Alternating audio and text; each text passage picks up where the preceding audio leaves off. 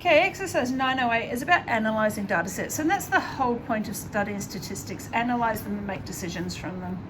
So when you're comparing data sets, it's important to look at all sorts of things, all of the things we've studied in this chapter really, and comment on it. So these are going to be word answers in exams. So you need to look at what words to use. I suggest using some numbers in your answer as well.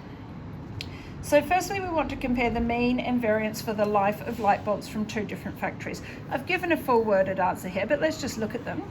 We can see that the mean life from factory 1 is 10,000 hours compared with 9,000 hours from factory 2. So they do last a little bit longer in factory 1. Also, the variance in factory 1 is 1,000 hours, whereas it's 3,000 hours from factory 2. So the average of how long they last is quite a lot closer in this one. So in this situation, you want to use the word consistent. This factory has more consistent results than this factory. I would always use that word consistent in your answer when you're talking about variance or standard deviation. Here's another question. This time we're given box and whisker plots. So we could talk about the range, the interquartile range, the median, the quartiles, any of those things.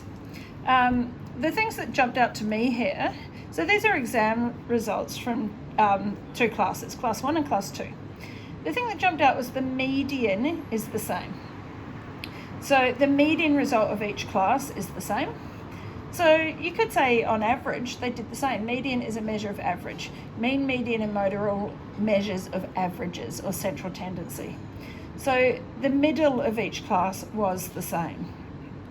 The first class had a much greater spread. You can see the bottom student here got 0%. I don't know, that was possibly a non-attempt or they really just didn't know any of it. The top student got 100%. So that student's done pretty well. In the second class, I'm going to use that word consistent again. The results are more consistent. The spread is much smaller. The interquartile ranges, they're similar. They are similar, but the top one has a much greater spread overall than the bottom one. So the results of class 2 are more consistently distributed around the median.